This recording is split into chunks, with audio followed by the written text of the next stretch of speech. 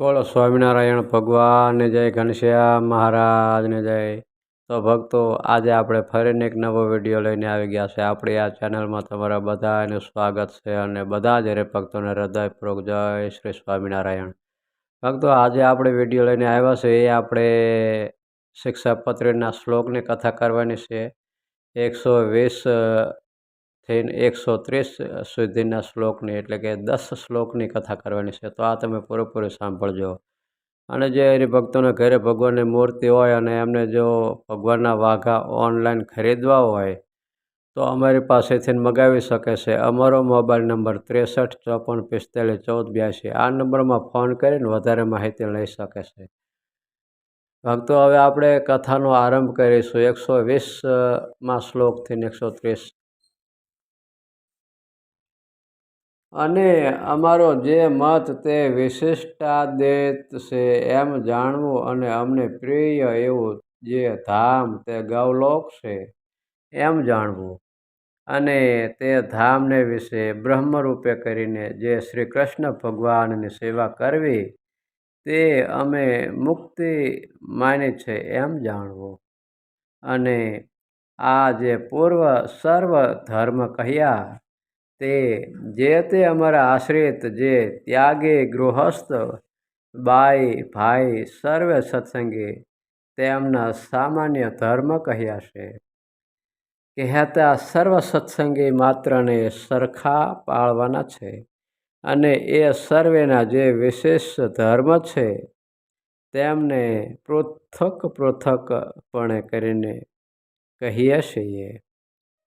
હવે પ્રથમ ધર્મવંશી જે આચાર્ય અને તેમની પત્નીઓ તેમના જે વિશેષ ધર્મ તે કહીએ છીએ. અમારા મોટા ભાઈ અને નાના ભાઈ તેમના પુત્ર જે અયોધ્યા પ્રસાદજી મહારાજ અને રઘુવીરજી મહારાજ તેમણે પોતાના સમીપ સંબંધ વિનાની જે બીજી સ્ત્રીઓ તેમને મંત્ર ઉપદેશ ક્યારેય ન કરવો, અને તે સ્ત્રીઓને ક્યારેય પણ અડવું નહીં, અને તે સાથે બોલવું નહીં, અને કોઈ જીવને વિશે ક્રૂરપણું ન કરવું, અને કોઈની થાપણ ન રાખવી,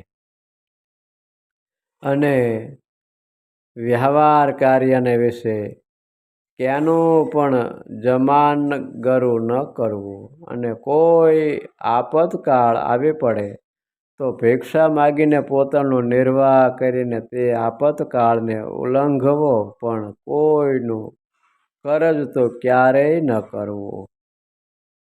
આમ, અને પોતાના જે શિષ્ય તેમણે ધર્મ નિમિત્તે પોતાને આપ્યું જે અન્ન તે વેચવું નહીં, અને તે અન્ન જૂનું થાય તો તે જૂનું કોઈકને દઈને નવું લેવું, અને એવી રીતે તે જૂનાનું નવું કરવું તે વેચ્યું ન કહેવાય. અને ભાદરવા સુદ ચતુર્થીના દિવસે ગણપતિજીની પૂજા કરવી, તથા આસો ચતુર્દશીને દિવસે હનુમાનજીની પૂજા કરવી.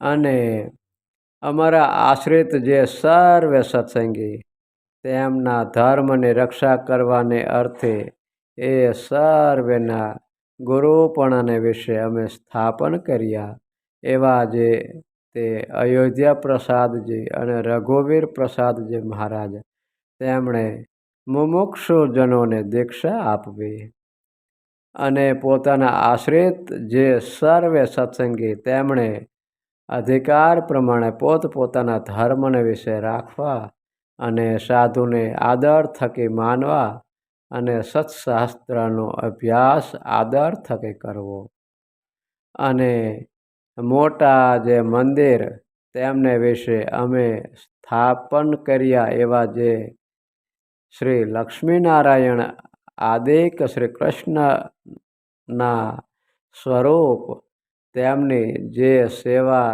તે યથાવિધિય કરીને કરવી. બોલો સ્વામિનારાયણ ભગવાનની જય, ઘનશ્યામ મહારાજની જય.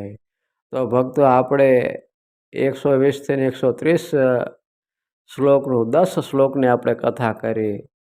તો આમાં આપણને જે ભગવાને આજ્ઞા કરી એ આપણે અવશ્ય પાળવી જોઈએ, તો ભગવાન આપણી ઉપર ખૂબ જ રાજી રહેશે. અને ભક્તો, આ ચેનલમાં જો તમે નવા હોય તો આ ચેનલને તમે સબસ્ક્રાઈબ કરી દેજો, જેથી કરીને આવનારી બધી જ કથા તમારા સુધી પહોંચે અને બધી કથાનો લાભ મળે. તો અત્યારે બસ આટલું જ. મને રજા આપો. આપણે ફરીને એક નવા વિડીયો સાથે મળશું. ત્યાં લગી બધા જ હરિભક્તોને જય શ્રી સ્વામિનારાયણ.